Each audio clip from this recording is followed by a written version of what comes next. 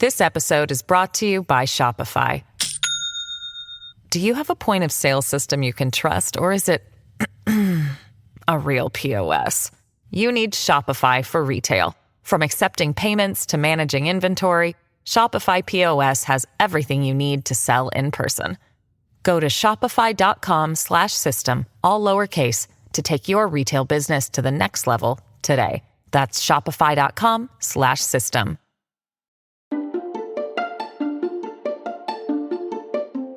Hello and welcome to Invisible Hate. I am Saadia Khan. And I'm Asad. Today's story is from Friday, October 7th, 1983. We are in Griffin, Georgia, where a 23-year-old black man, Timothy Coggins, is out at People's Choice Club with his younger sister, Talisa. Coggins absolutely loves to dance and is a regular at the club. Everyone in town knows him and the Coggins family. He's well-liked and has many friends, black and white.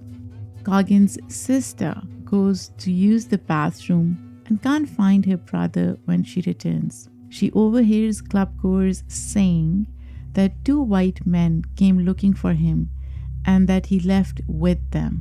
When she goes outside to check, he's gone. Coggins doesn't return home that night. 2 days later, hunters come across the body of a black male. He's laying in a secluded clearing tucked between cornfields, under a power line and a giant oak known locally as the hanging tree. He only has on pants and underwear, which are down below his thighs. He's been stabbed repeatedly and is badly mutilated, almost making it impossible to easily identify him. There are drag marks on the nearby road and tire marks in a large square, with deep stains of blood in the corners. A sweater lies inside out on the road. The case remains stone cold for 33 years. This is Invisible Hate.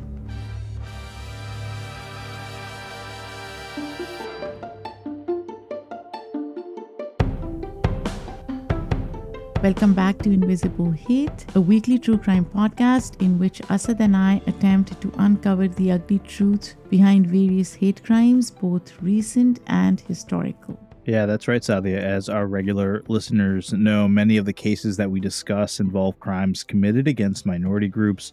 Our goal is to determine through a discussion of the nuances and complexities of these situations whether or not they can be considered a hate crime. Before we get started on this case, Saadia, how was your week?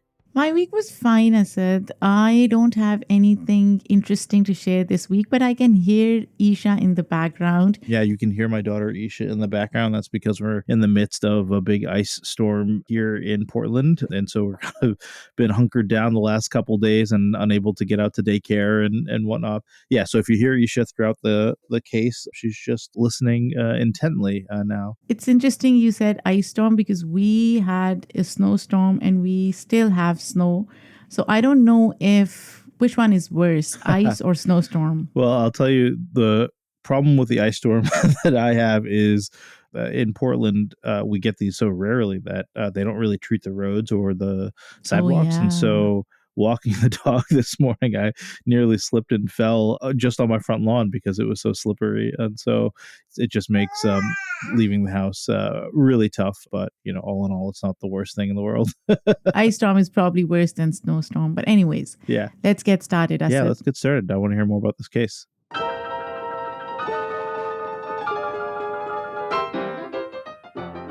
So Asad, I know I've just given you a short summary of this crime, but does it remind you of another case we've covered? Yeah, I think it reminds me of that case that we did. That was a monumental case on James Byrd Jr. from, I think it happened in the 1990s. Exactly. Asad, I can't get over how many similarities there are from the environment to the victim's personality to the perpetrators and the extremely disturbing manner of death. This time we are in Georgia, though not Texas, and it's 15 years earlier in 1983. Griffin is the largest city in Spalding County, a rural farming area 45 minutes south of Atlanta. It's a former mill town suffering from a high unemployment rate, single parent families, low education, and teen pregnancy. There is very little intermingling. Residents stay on their own black or white side of town. The KKK is active there, even, get this, marching in the town Christmas parade. Whoa, that's crazy. I've never heard that before, Saadia, of the KKK marching at, especially I guess in the 80s. It just seems really wild to me and outside of my scope of understanding of the KKK. But why would it, Asad? I mean, until what, the 60s, there was segregation in the US. So it's what, like maybe 20 years in? Yeah, I just, I guess I recognize that they were prevalent and around, but I guess to be that kind of emboldened and supported by a community that they would march in a Christmas parade is just, I guess I just have never really seen or read that before. So yeah, it was surprising to me how public they are. The use of the N-word is prevalent. There is tension between law enforcement and black residents because of fear and distrust. That said, you have the Coggins family, a large and loving fixture in town that has lived there happily for generations. Timothy, or Tim, is the fourth child of 8, a fun-loving, happy-go-lucky type. As a child, he narrowly survived getting hit by a car, making him even more doted upon. He's especially close to his mom and sister Talisa, though it's said that Coggins never met a stranger. On that Friday night, he's headed to People's Choice to dance, which is no surprise as he loves to party and entertain. He can be found there often both for fun and to do odd jobs for his friend that owns it. You know what I said? I was thinking, how is this dance club in rural Georgia? Does it happen there? Like I was thinking about that. Yeah, I guess there are dance clubs everywhere. Saadia, yeah, I'm not surprised people like to go out and have fun, and maybe their definition of a nightclub or a dance club is different than what you might be thinking. But yeah, I mean, generally people like to go congregate and have a good time no matter where they are in the country. You're right, Asad, because the term club is generous here. People's Choice is a tiny brick building on a quiet country road that serves hot barbecue and drinks. Oh, nice. Hot barbecue. I'd take that. It's a predominantly black club playing music by predominantly black musicians where people come to dance. On Coggins' way to the club, his friend drives by, Deputy Jesse Gates. Coggins is walking and flags him down for a ride. Gates is one of the few black officers in Spalding County. Coggins casually mentions to Gates during the ride that he's been seeing a white woman. Interesting. Gates tells Coggins to watch himself as interracial dating isn't really accepted in Griffin. Coggins takes no heed, having befriended and dated white people before. When they arrive at People's Choice, Gates notices 3 white men by the front door that he doesn't recognize. Inside that club, there is also a white woman, Ruth Guy, aka Mickey. She's been there a few times. Coggins is dancing with her, which unnerves his sister. After Talisa returns from the bathroom, Coggins is nowhere to be found. She's not immediately worried.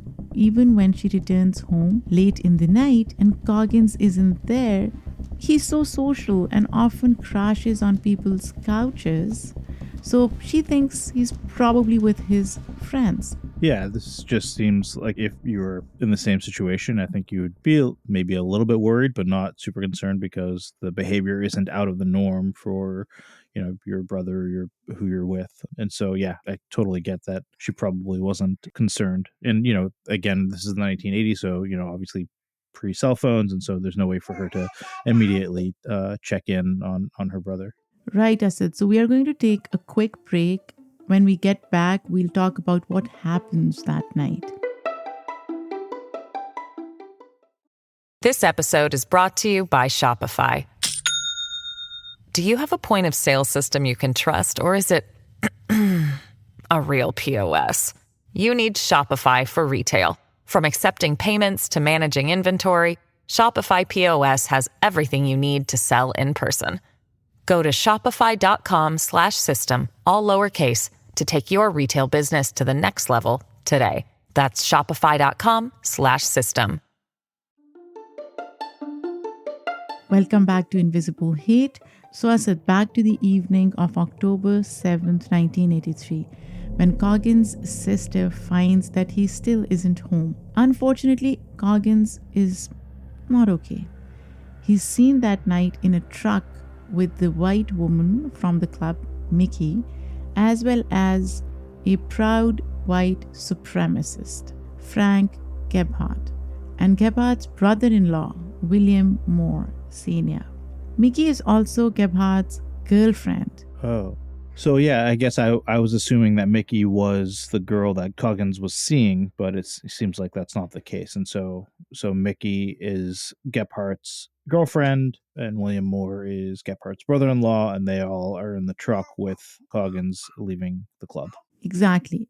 Now, Gebhardt, who dropped out of school after 6th grade, is known for violence, racial slurs, being in trouble with the law, and using alcohol and drugs. Moore also has a reputation for being violent and getting in trouble. Seem like stand-up people.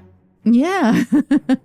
They are at a trailer park suspiciously close to the obscure murder site where the latter three live. Oh, interesting. Okay. They then drive Coggins to the nearby clearing and force him to exit the vehicle. They strike him in the head, crushing his skull, and likely stab him in his knees so he is unable to run. Wow. He is stabbed 29 times in total, mostly in the torso and back, and he has 2 large X's carved across his chest and back, apparently to represent a Confederate flag. Wow, so brutal. And I had also no idea that 2 large X's carved in someone's body represents the Confederate flag. Just, so violent. Asad, I was thinking the same thing, right? Symbolism here is so scary. Yep.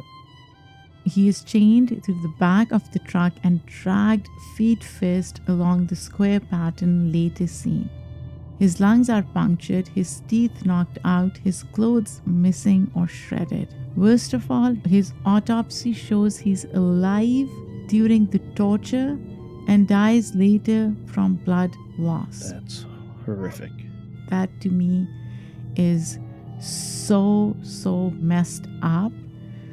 2 black deputies, Oscar Jordan and Gates, who had given Coggins the lift to the club, start to investigate the murder.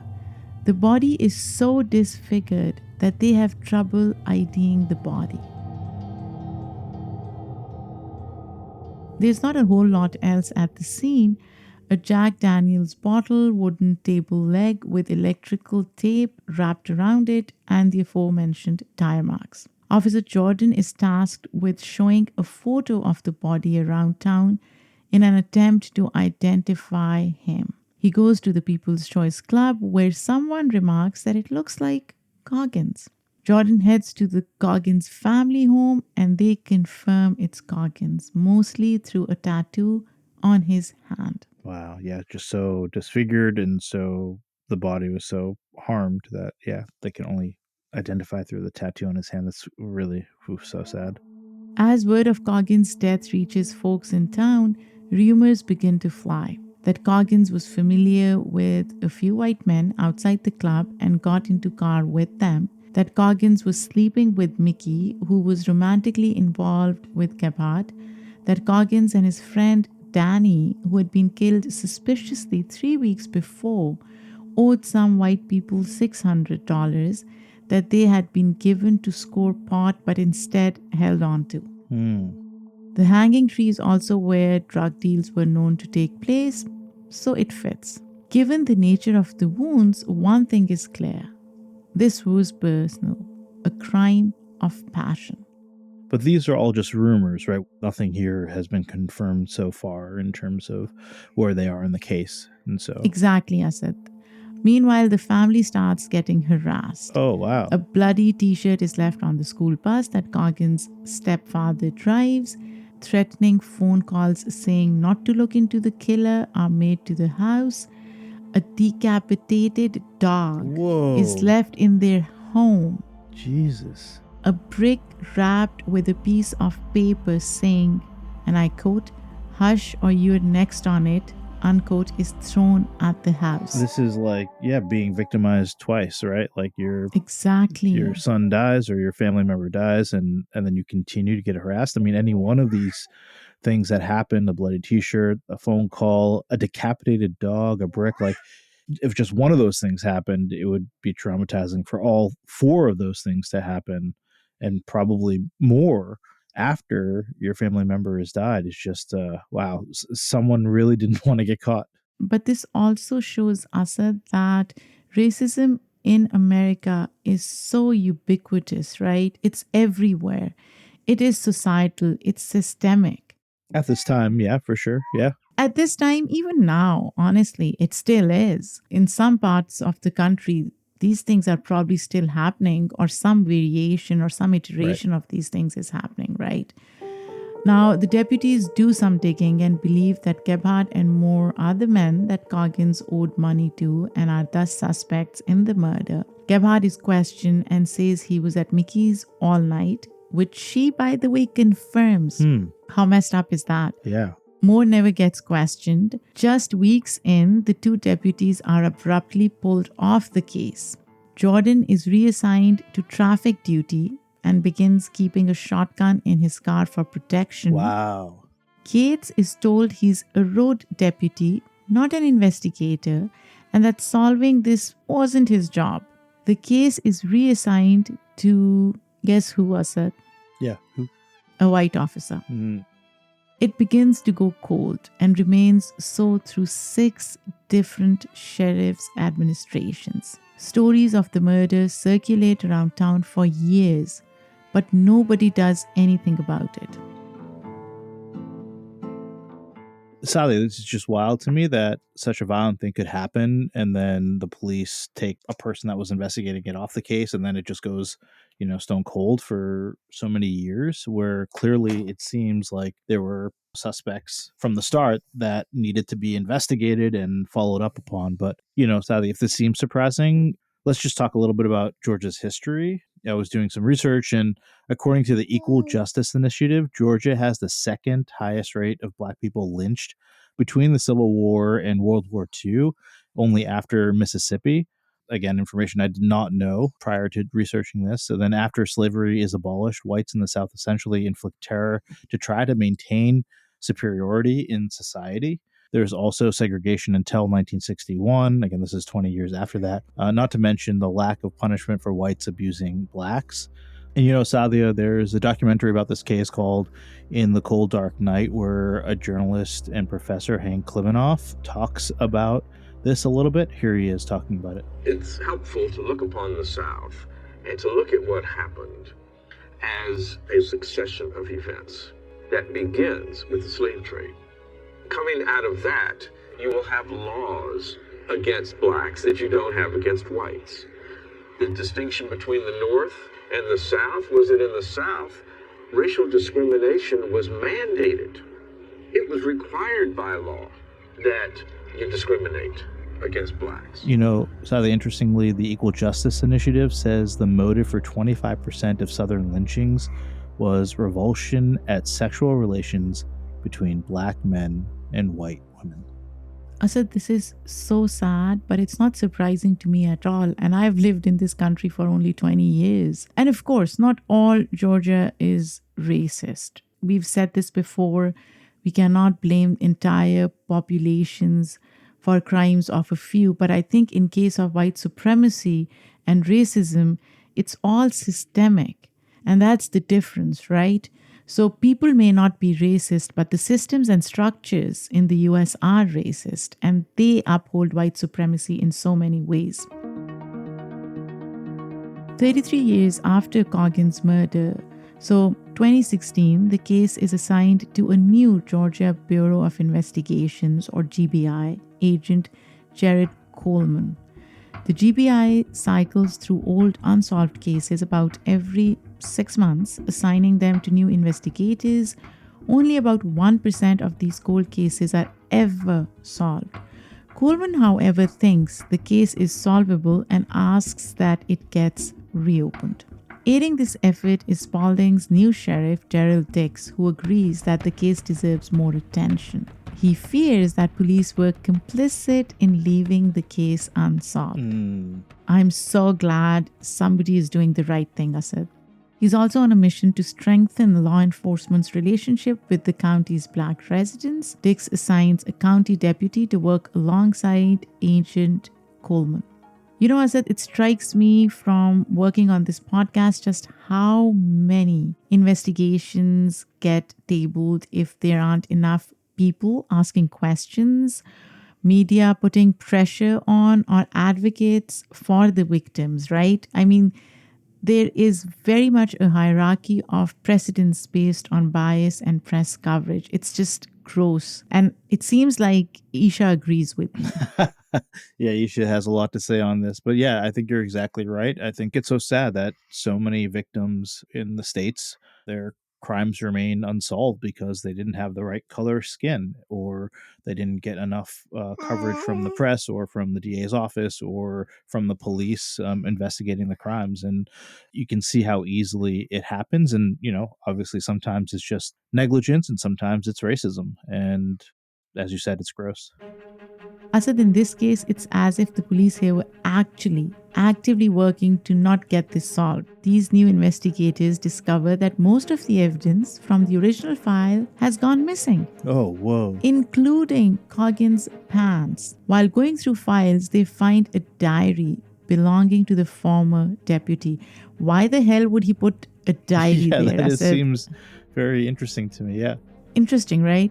It proves that several members of the sheriff's and police departments were in the KKK and contributed to the original investigation ending. The N-word was common even among law enforcement officials. This just seems like it's out of a movie, right? Like there's stuff missing, there's, you know, evidence that was never kind of brought to light, and that the police and sheriff department were part of the KKK. And like, it just seems like we've seen this in a movie. And, you know, I guess from my perspective, sometimes when I'm watching that stuff, I'm like, you know, this doesn't really happen in real life, but clearly it does. And seemingly often. It's so crazy.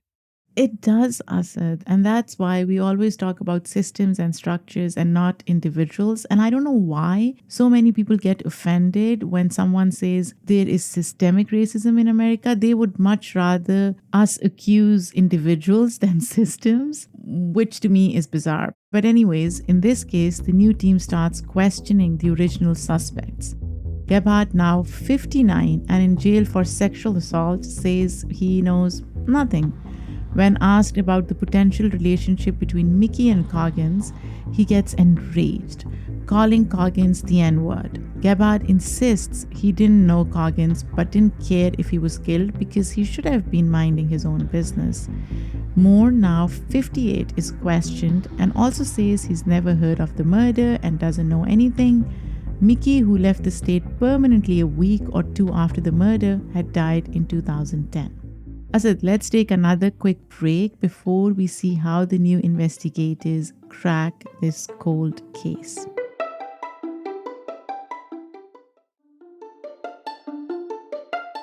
Welcome back to Invisible Hate. Now, Asad, I was telling you about the new investigators. Yeah, seems like they're moving pretty quickly and getting stuff done. They absolutely are. The sheriff's department does something unconventional next. They tell reporters they are close to making an arrest in hopes people will come forward with information. And guess what, Asad? Yeah. People do. Wow. The trailer park manager states that Moore's wife, Gebhardt's sister, told her before murder that her husband and brother were going to kill a man and drag him by car. Whoa. A neighbor from the trailer park says Gebhardt told him he had chained Coggins to the truck and Moore had killed him. That witness also, however, said he had told authorities at the time. Another witness, Christopher Vaughn, had actually been sending letters to the police for years, saying he had information but was ignored. Oh my goodness. Juan at the time is in prison for a child molestation charge. However, he's actually in the same prison as Gebhardt.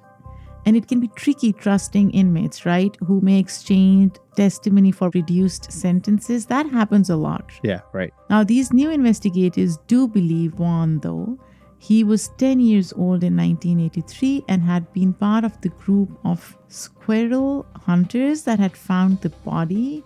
Juan says he'd heard Gebhardt bragging about the murder over the years.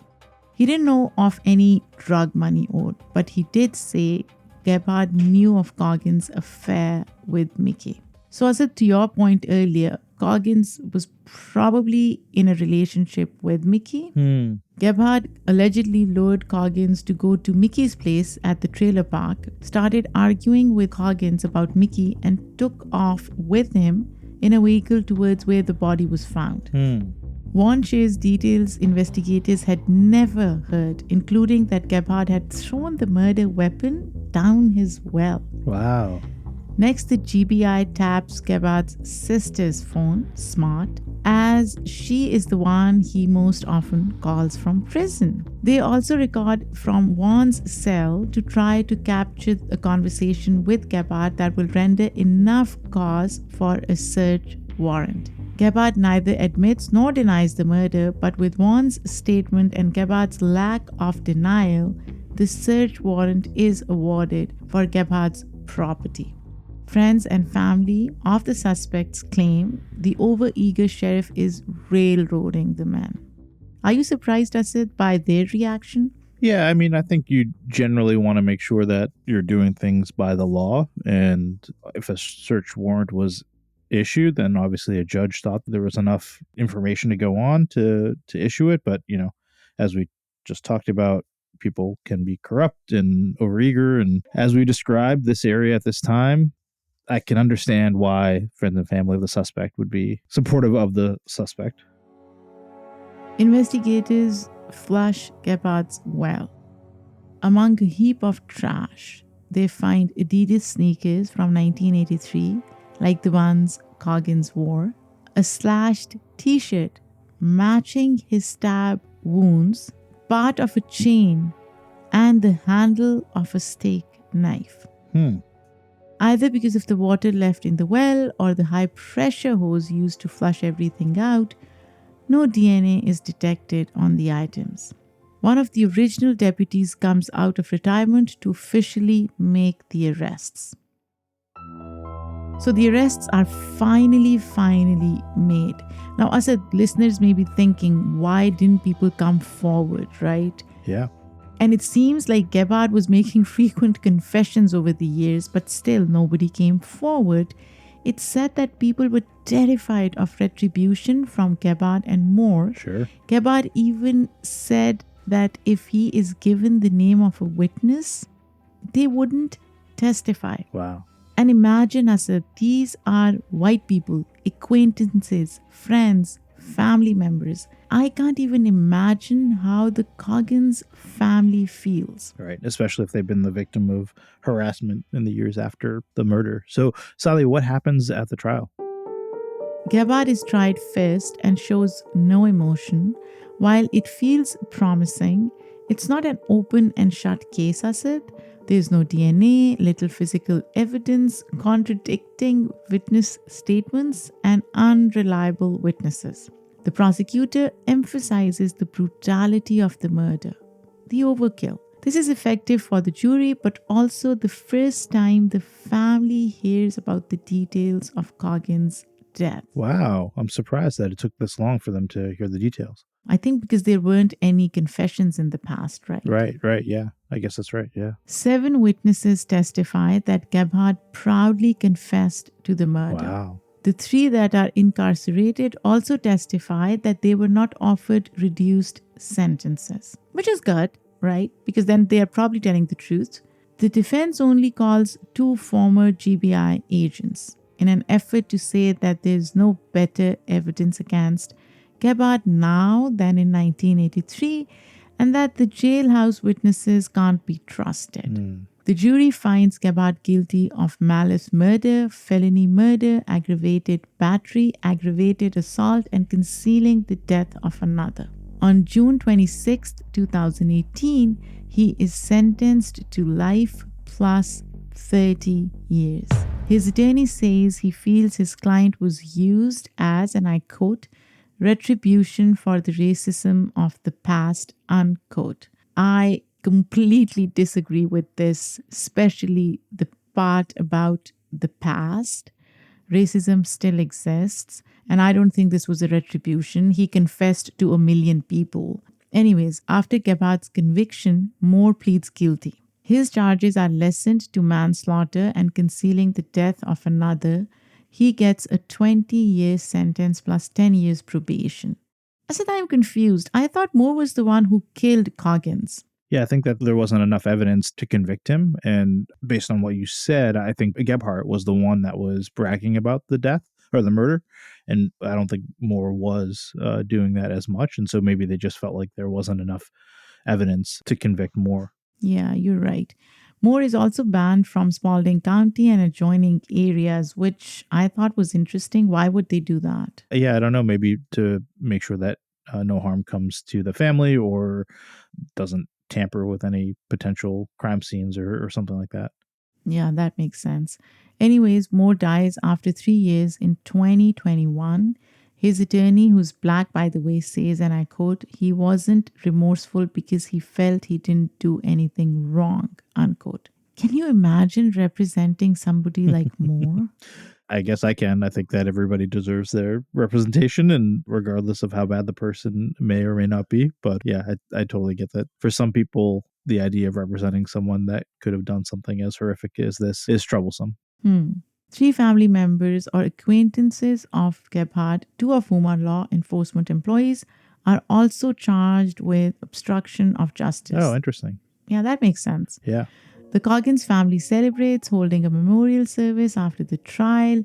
They finally add a headstone to Coggins' grave, which they hadn't done for fear of desecration. Wow. How sad is that, that's crazy, Asad? even after so long.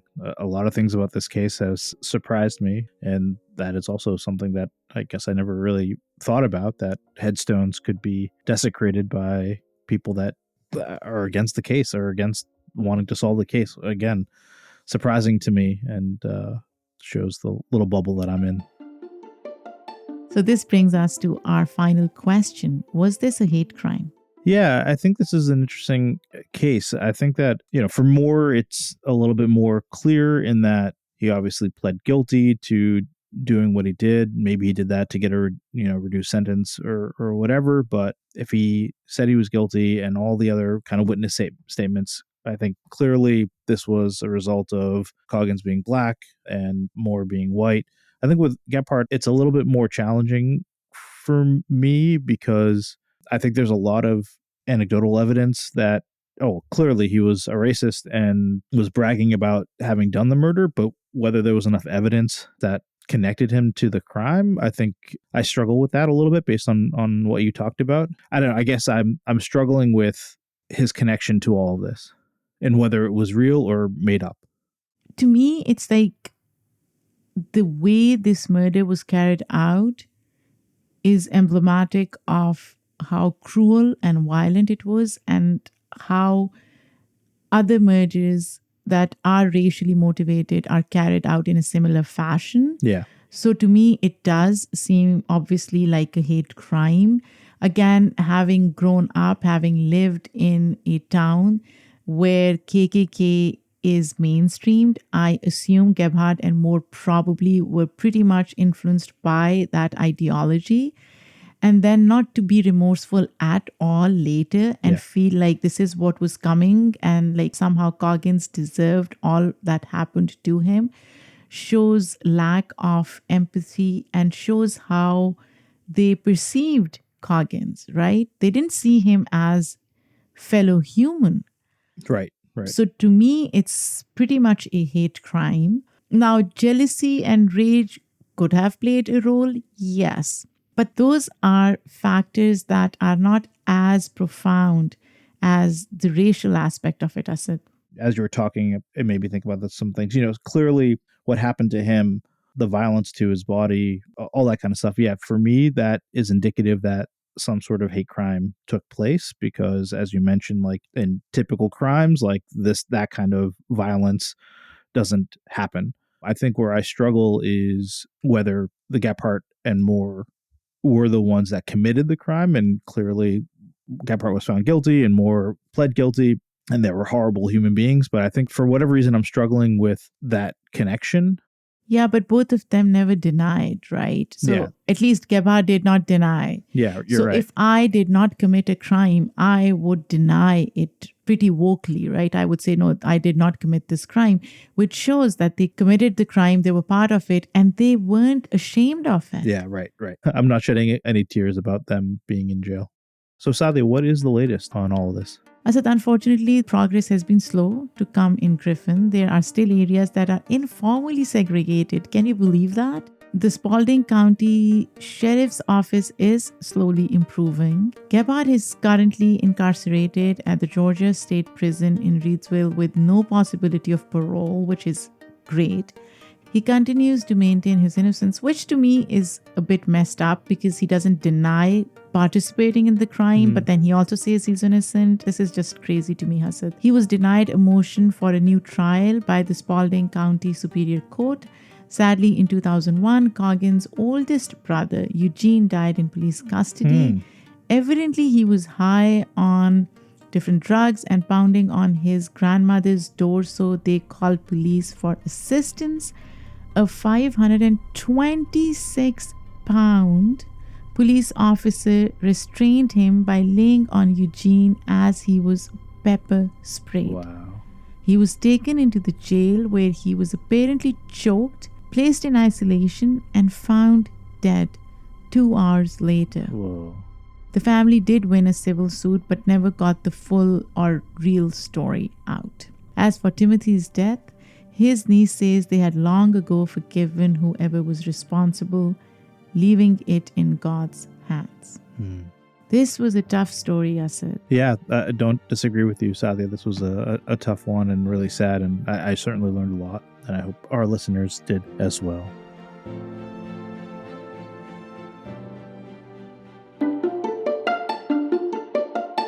Thanks, everybody, for listening to Invisible Hate. If you want to learn more, check out our links in the show notes about the case. And also, please email us your thoughts. We'd love to know what you think about this story or any other story that we've covered in the past, or if there's any other stories that you think we should cover. Please let us know. You can email us at info@invisiblehatepodcast.com. You can also tweet us or hit us up on Instagram. Just search for Invisible Hate Podcast. Thanks for listening. If you like what you hear, please share with a friend.